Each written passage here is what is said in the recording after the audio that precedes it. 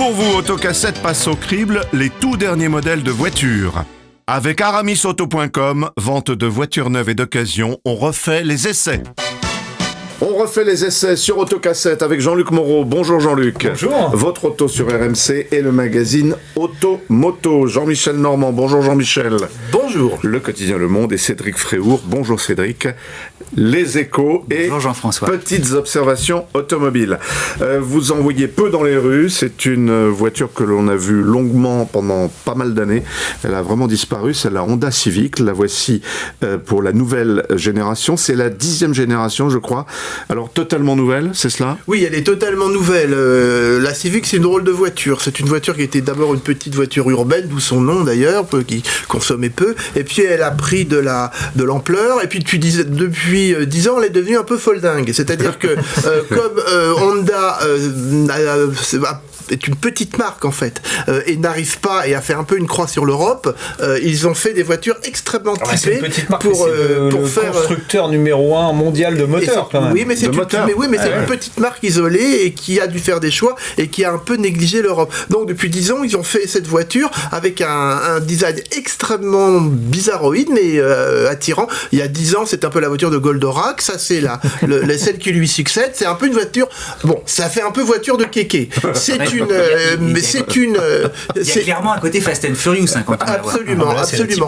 Et donc c'est une voiture qui est très grande, la plus grande de sa catégorie, qui a un look un peu agressif, qui a une tenue de route que moi j'ai trouvée excellente, avec des très bons moteurs. C'est une très bonne Honda, sauf que elle est faite encore une fois pour les États-Unis, pour le Japon, et c'est une voiture qui vient faire de la figuration chez nous, ce qui lui donne une certaine personnalité, une certaine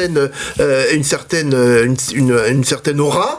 Mais c'est une voiture qui va pas faire beaucoup de ventes parce qu'elle n'est pas complètement adaptée, notamment en termes de coffre ou d'habitacle intérieur à ce qu'on attend en Europe. C'est une voiture vraiment pour des gens qui cherchent quelque chose d'original. Alors c'est vrai que Honda était très présent, je le disais, dans les années 70. Enfin, on voyait énormément de Honda Accord et autres berlines de la marque. Pourquoi est-ce qu'ils désertent l'Europe ? Ça les intéresse plus ? C'est moins de 0,5% du marché français, parce qu'ils n'ont pas les moyens d'entretenir et de rentabiliser suffisamment de modèles sur le marché européen. Donc, ils investissent énormément sur la Chine, où ils se débrouillent très très bien, sur les États-Unis, où ils sont une marque qui est extrêmement importante. Mais l'Europe, c'est toujours, on verra après, et ça fait très longtemps. Et donc, on a des modèles qui arrivent et qui sont adaptés à l'Europe, mais pas conçus pour l'Europe. Jean-Luc, oui, Cédric. Oui, non, mais c'est vrai qu'il y a un mystère Honda, en tout cas en Europe et surtout en France. C'est-à-dire que on est tous d'accord, à chaque fois qu'ils sortent un nouveau modèle, pour dire mais ce sont des voitures géniales. Nous, mais aussi ceux qui achètent des Honda depuis toujours.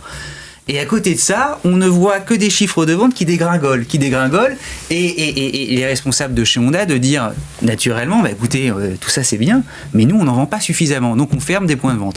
Et si on ferme des points de vente, on en vend de moins en moins. Exactement. Et là malheureusement il y a un effet boule de neige. Jean-Luc, un avis sur cette voiture ? Alors il y a eu déjà, pour expliquer le déclin de Honda, c'est quand même un des derniers grands constructeurs au monde à être arrivé avec un moteur diesel de dernière génération. Ils ont mis très très longtemps à se lancer dans le diesel. Pourquoi ? Parce que le PDG de Honda de l'époque avait fait sa thèse sur les oxydes d'azote. Aujourd'hui, c'est un nom que tout le monde connaît dans le Dieselgate, et il avait dit il n'y aura pas de diesel chez Honda parce qu'on ne veut pas faire de moteur qui pollue. Sauf que le marché réclamait du diesel, donc ils ont été plus longs que tout le monde à arriver avec des diesels.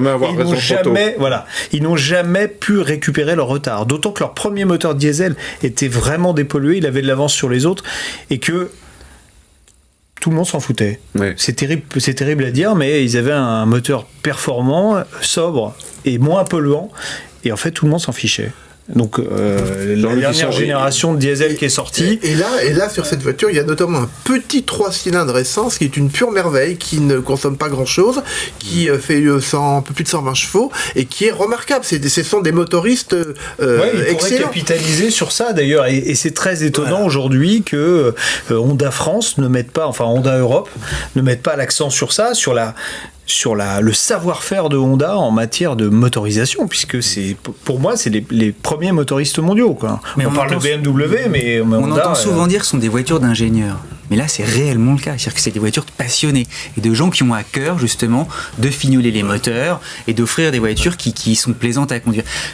Détail important, elle mesure 4,50 m. Ce qui pour une compacte commence à être très très grand, presque à cheval avec le segment au-dessus. Donc, mais en habitabilité... Non, c'est pas il y a un grand coffre, mais en habitabilité, c'est pas génial. Puis mais on est confortablement installé quand même, c'est une... la suspension est un petit peu raide dans la mesure où ils vendent une forme de sportivité un peu exacerbée, même si elle est un peu symbolique parce que ce ne sont pas des moteurs extrêmement puissants. Donc du coup, c'est un petit peu suspendu de façon un peu sèche, mais tout le monde n'a pas envie d'avoir un chewing-gum comme amortisseur. Donc c'est relativement cohérent. Elle est un peu designée par des ingénieurs aussi. C'est ça un peu le problème. C'est-à-dire que c'est des voitures qui sont...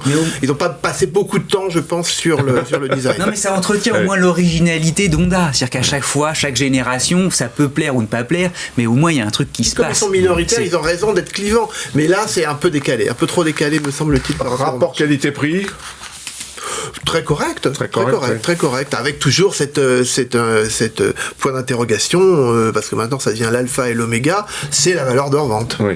Et donc, a priori, elles sont assez soutenues parce que, comme elles sont rares comme des trèfles à 4 feuilles, il y a quand même des amateurs. Donc, puis il y a la fiabilité, légendaire. Ça fait plusieurs centaines de milliers de kilomètres sans problème. Vous pouvez même dire millions. Hein. Millions. Il y a des moteurs Honda qui sont parmi les plus solides du monde. C'est pas un hasard si dans le tuning extrême, on utilise des moteurs Honda. C'est simplement parce qu'ils acceptent de grimper jusqu'à des puissances absolument faramineuses.